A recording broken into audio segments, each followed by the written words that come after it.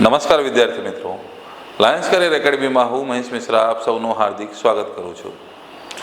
આપણે ચાલુ કર્યું હતું કાયદો BNSS ભારતીય નાગરિક સુરક્ષા સંહિતા, અને ભારતીય નાગરિક સુરક્ષા સંહિતાની અંદર અત્યાર સુધી આપણે બે પ્રકરણ કમ્પ્લીટ કર્યું, પ્રકરણ નંબર 1, પ્રકરણ નંબર 2।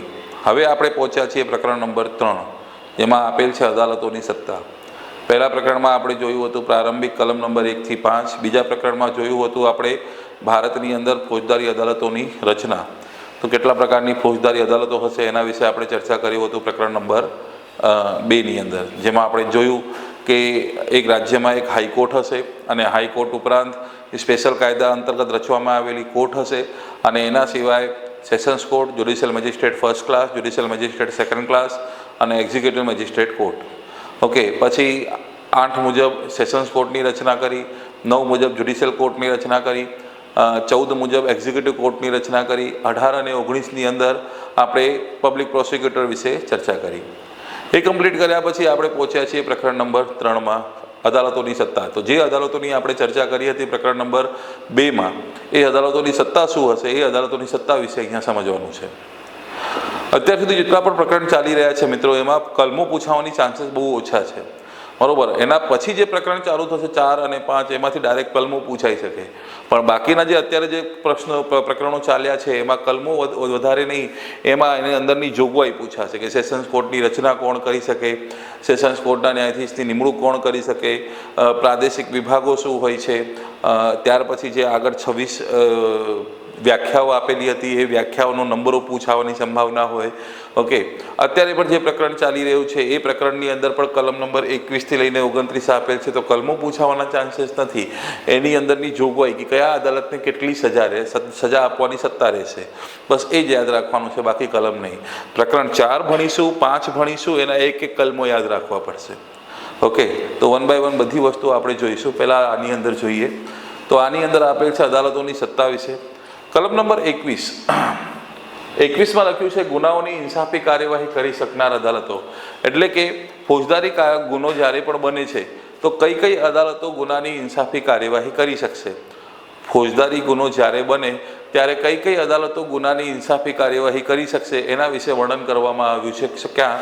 તો કલમ નંબર 21માં।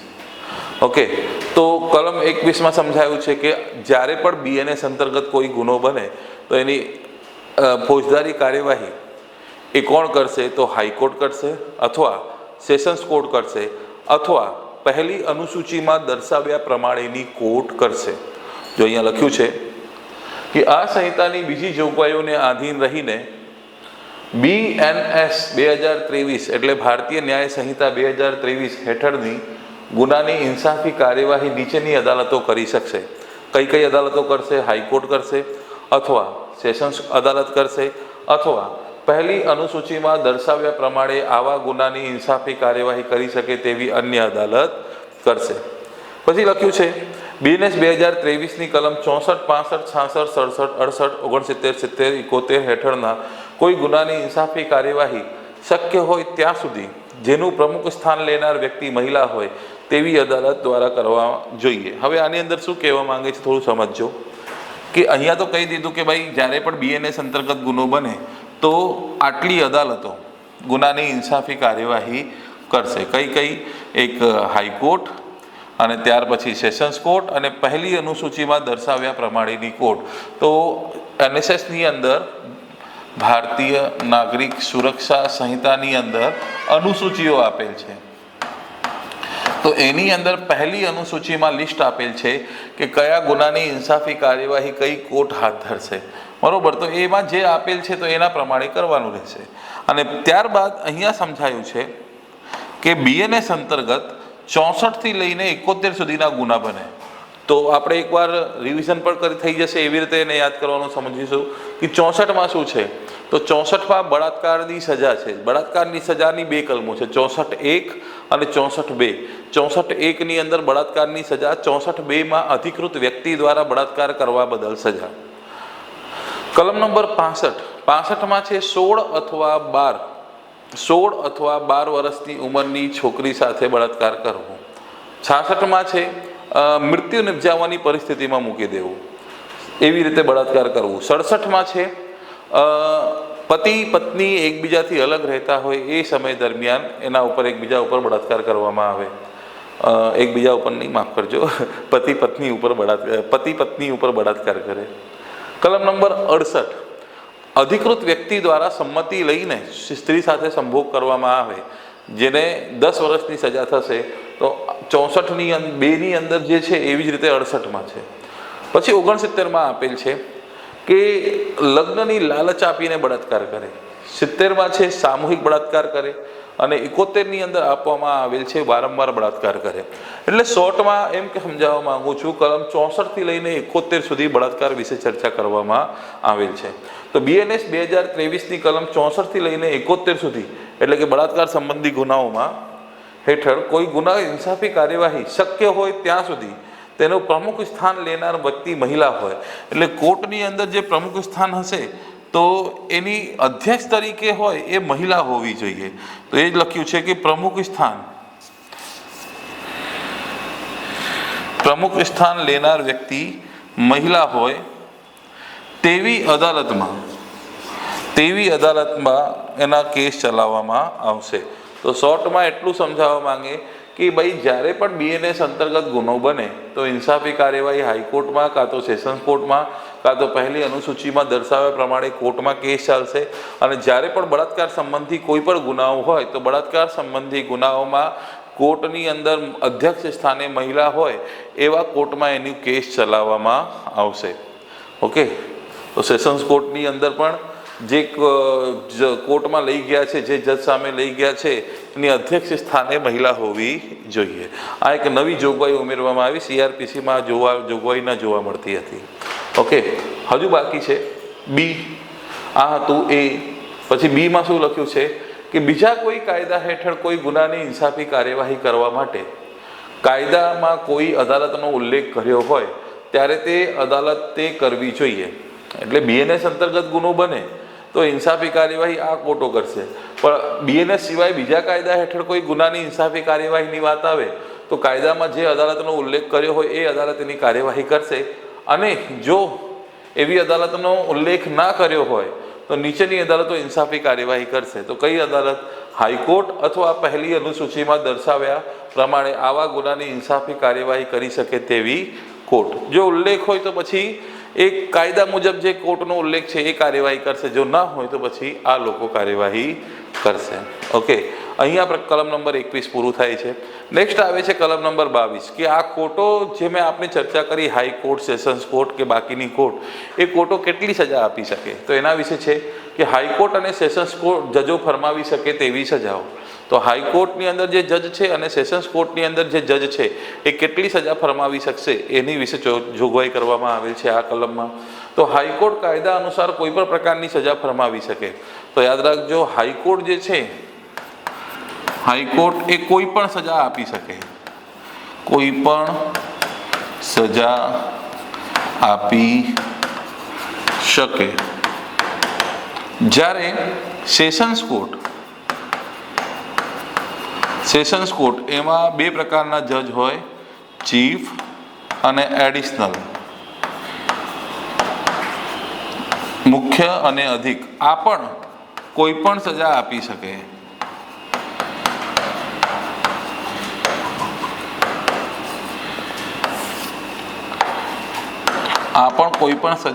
શકે.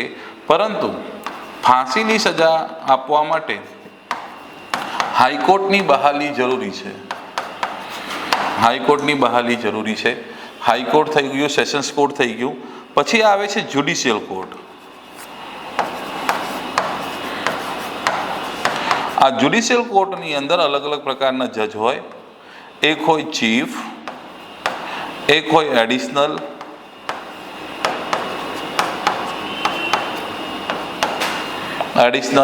પછી જ્યુડિશિયલ મેજિસ્ટ્રેટ ફર્સ્ટ ક્લાસ, પછી judicial magistrate second class.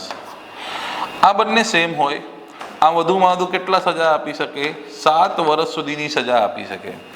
Judicial magistrate first class જે છે એ 3 વર્ષ સુધીની કેદ, પછી 50,000 રૂપિયા સુધીનો દંડ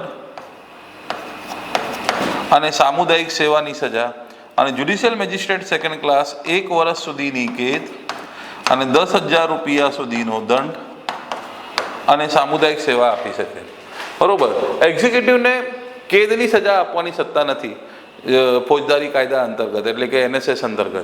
એક્ઝિક્યુટિવ માત્ર દંડની સજા આપી શકે, એના નીચે જે આવે છે જ્યુડિશિયલની નીચે. તો એ યાદ જ નહીં રાખવાનું. આપણને હાઈકોર્ટ યાદ રાખવાનું છે, સેશન્સ કોર્ટ યાદ રાખવાનું છે, જ્યુડિશિયલ યાદ રાખવાનું છે. વાત ખતમ થઈ ગઈ. ઓકે. તો હાઈકોર્ટ અને સેશન્સ કોર્ટ વિશે કલમ નંબર 22માં જોગવાઈ છે અને જ્યુડિશિયલ કોર્ટ વિશે કલમ નંબર 23માં જોગવાઈ છે. જુઓ, સેશન જજ અથવા વધારાના સેશન જજ કાયદા અનુસાર કોઈ પણ પ્રકારની સજા ફરમાવી શકશે, પરંતુ એવા કોઈ ન્યાયાધીશ ફરમાવેલી મોતની સજા હાઈકોર્ટના બહાલીને આધીન રહેશે. તો હાઈકોર્ટ કોઈ પણ સજા, સેશન્સ કોર્ટ અને વધારાના સેશન્સ કોર્ટ કોઈ પણ સજા, પણ ફાંસીની સજા આપતા પહેલા હાઈકોર્ટને પૂછવું પડે. ત્યાર પછી 23માં લખ્યું છે કે ચીફ અને એડિશનલ જ્યુડિશિયલ મેજિસ્ટ્રેટની અદાલત 7 વર્ષ સુધીની સજા આપી શકશે. તો ચીફ અને એડિશનલ કેટલી સજા આપી શકશે? 7 વર્ષ સુધીની. Judicial magistrate first class JMFC 3 વર્ષ સુધીની કેદ અથવા વધુમાં વધુ 50,000 રૂપિયા સુધીનો દંડ, સજા અથવા બંને સજા અથવા સામુદાયિક સેવા માટે સજા ફરમાવી શકશે. તો 3 વર્ષની કેદ, 50,000નો દંડ અને સામુદાયિક સેવા. કોણ? Judicial magistrate first class. અને ત્યાર પછી આવે છે જ્યુડિશિયલ મેજિસ્ટ્રેટ સેકન્ડ ક્લાસ, જે 1 વર્ષ સુધીની કેદ, વધુમાં વધુ 10,000 રૂપિયા સુધીનો દંડ અને સામુદાયિક સેવાની સજા ફરમાવી શકે છે. તો આ વસ્તુ યાદ રાખવાનું છે કે કઈ કોર્ટ કેટલી સજા આપી શકે છે. ઓકે. તો આ યાદ રાખ્યા બાદ અહીંયા જોવા જઈએ તો પ્રકરણ પૂરું થાય છે, પણ એકાક બે કલમો હજુ જોઈ લઈએ. બરોબર. હવે એકાક બે કલમોમાં જે જોગવાઈ છે, પહેલાં તો આની અંદર સમજૂતી આપેલ છે કે સામુદાયિક સેવા એટલે શું. તો કોઈ સમાજના સેવા માટે, કોઈ સમુદાયના સેવા માટે મોકલવામાં આવે અને કોઈ કામગીરી સોંપવામાં આવે અને એના પૈસા કોઈ મળશે નહીં, એને કહેવામાં આવશે સામુદાયિક સેવા. કે સમુદાયોના સેવાનો અર્થ એવો થાય છે કે જે કામને કોર્ટ સજાના સ્વરૂપ તરીકે કરવા માટે દોષિતને આદેશ આપી શકે છે, જે સમુદાયને લાભ આપે છે, જેના માટે કોઈ પણ મહેનતાણું એ વ્યક્તિ હકદાર રહેશે નહીં, એને કહેવાય સામુદાયિક સેવા. આ પહેલાં ન હતું, નવું એડ કરવામાં આવ્યું છે. પછી ના લખ્યું છે દંડ ન ભરાય તો કેદની સજા બાબત.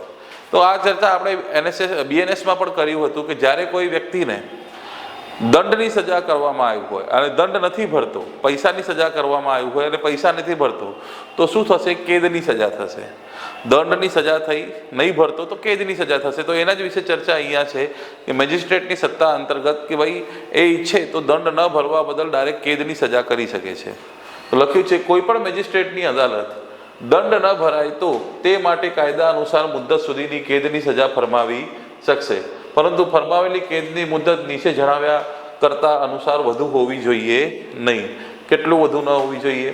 કલમ 23 હેઠળ જે મેજિસ્ટ્રેટને ફરમાવવાની સત્તા હોય તે મુદ્દત, અને બી મુખ્ય સજામાં કેદની સજા ફરમાવી હોય ત્યારે દંડ ન ભરવામાં આવે તે માટે મેજિસ્ટ્રેટને ગુના માટે જેટલી મુદ્દતની કેદની સજા કરવાની સત્તા હોય તે મુદ્દતનો 4થો ભાગ સુધી ફરમાવી શકે. દાખલા તરીકે કોઈ વ્યક્તિને 1 વર્ષની કેદની સજા આપવામાં આવી પ્લસ 1 લાખ રૂપિયા સુધીનો દંડ ભરવા માટે કહેવામાં આવ્યો. હવે વ્યક્તિ 1 લાખ રૂપિયાનો જે દંડ છે એ નથી ભરી શકતો, તો શું થશે? તો જે 1 વર્ષ છે એનો 1/4 ભાગ જેટલું કેદ વધી જશે. તો 1 વર્ષના 1/4 કરું તો કેટલા થાય? 3 માસ થાય. તો આ 3 માસ જેટલી જે કેદ છે એ વધી જશે, એટલે કે હવે એને કેટલા ભોગવવું પડશે? 12 માસ પ્લસ 3 માસ, એટલે કે ટોટલ 15 માસ. બરોબર. એ જ ચર્ચા કરવામાં આવી છે કે મુખ્ય સજામાં કેદની સજા ફરમાવી હોય ત્યારે દંડ ભરવામાં ન આવે તે માટે મેજિસ્ટ્રેટને તે ગુના માટે જેટલી મુદ્દતની કેદની સજા કરવાની સત્તા હોય તે મુદ્દતનો 4થો ભાગ એ કેદની સજા ફરમાવી શકે છે. ઓકે. આ કલમ હેઠળ ફરમાવેલી કેદની સજા કલમ 23 હેઠળ મેજિસ્ટ્રેટ વધુમાં વધુ મુદ્દતની કેદની મુખ્ય સજા ફરમાવી શકે તે ઉપરાંત હોઈ શકે છે. તો સમજો 1 વર્ષની કેદ અને 3 માસની સજા કરી, કેદ જે 1 વર્ષની કેદ અલગ હતી ને 3 માસની એક્સ્ટ્રા કરી છે, તો એ ઉપરાંત હોઈ શકે છે. એટલે 12 + 3 એના સિવાય ઉપરાંત હોઈ શકે છે. એના વિશે ચર્ચા કરવામાં આવેલ છે. અને નેક્સ્ટ આવે છે કલમ નંબર 25 તો આપણે એટલું જાણીએ છીએ કે એક જ ગુનાની અંદર જ્યારે 4-5 કૃત્યો થયેલા હોય તો એમાં જે સૌથી વધારે સજા થતી હોય એ સજા આપી દો એટલે બાકીના કૃત્યો એની અંદર સામેલ થઈ જાય છે. અહીંયા એનું થોડું ઊંધું આપેલ છે કે એક જ કેસની અંદર જ્યારે 2 ગુનાની ઇન્સાફી કાર્યવાહી ચાલતી હોય અને બંનેની અંદર સજા કરવામાં આવે તો એક સજા પૂરું થશે ત્યારે બીજી સજા ચાલુ કરવામાં આવશે. તો એ જ લખ્યું છે કે એક જ ઇન્સાફી કાર્યવાહીમાં જુદા જુદા ગુના સાબિત થાય ત્યારે તેની સજા. એક જ ઇન્સાફી કાર્યવાહીમાં કોઈ વ્યક્તિ 2 અથવા તેથી વધુ ગુના માટે દોષિત ઠરે તો અદાલત BNSની કલમ 9ની જોગવાઈને આધીન રહીને તેને તે ગુના માટે ઠરાવેલી અને પોતાના જે કરવાની કાયદેસરની સત્તા હોય તેવી જુદી જુદી શિક્ષાઓ કરી શકશે. એવી શિક્ષાઓ કેદની હોય ત્યારે તે એકી સાથે ભોગવવાનું અદાલતે ફરમાવ્યું ન હોય તો અદાલત ફરમાવી તે ક્રમમાં એક પૂરી થઈ ગયા પછી બીજી શરૂ કરવામાં આવશે. તો અહીંયા શું છે કે ઇન્સાફી કાર્યવાહી એક જ છે. એક જ ઇન્સાફી કાર્યવાહીમાં કોઈ વ્યક્તિ ઉપર 2 અથવા 2થી વધુ ગુના માટે એ વ્યક્તિ દોષિત ઠરી છે તો એક ગુનો પૂરો થાય પછી બીજા ગુનાની સજા કરવામાં આવશે એવી જોગવાઈ આની અંદર કરવામાં આવે છે. ઓકે, તો એક્ઝામના પોઈન્ટ ઓફ વ્યૂથી જે મહત્વની જોગવાઈ હતી આની અંદર સુધી જ હતી. એના પછી પણ આપેલ છે કલમ નંબર 26 સત્તા આપવાની રીત. તો મેજિસ્ટ્રેટ બીજા કોઈને સત્તા કઈ રીતે આપી શકશે. ત્યાર પછી 27 નિમાયેલા અધિકારીઓની સત્તા પાછી ખેંચી લેવા બાબત અને છેલ્લે અનુગામી હોદ્દેદારો વાપરી શકાય તેવા જજ અને મેજિસ્ટ્રેટની સત્તા. તો આ જે વસ્તુ છે ને એ મેજિસ્ટ્રેટના હકનું છે, એ આપણા કામનું નથી. આપને જોવાનું હોય તો પીડીએફમાં મેં મૂકી દીધું છે, પણ એક્ઝામના પોઈન્ટ ઓફ વ્યૂથી કલમ નંબર 25 સુધીની જે મુદ્દાઓ છે એ આપને યાદ રાખવાનું છે. મેં આપને કીધું છે કે આપને હું માસ્ટર નથી બનાવી રહ્યો, અહીંયા એક્ઝામલક્ષી તૈયારી કરાવી રહ્યો છું. તો જેટલા કલમો જરૂરી છે બસ એટલા જ કલમો બતાવીશ. બાકીની કલમો આપને લાગે તો પીડીએફમાં મૂકી દઈશ, આપ જોઈ શકો છો. ઓકે, તો પ્રકરણ 3ની અંદર જે મહત્વના મુદ્દાઓ હતા મેં ચલાવી દીધા. હવે જોઈશું નેક્સ્ટ વિડીયો લેક્ચરની અંદર પ્રકરણ નંબર 4. આ વિડીયો લેક્ચરમાં આટલું જ. Thank you very much. જય હિન્દ, જય ભારત.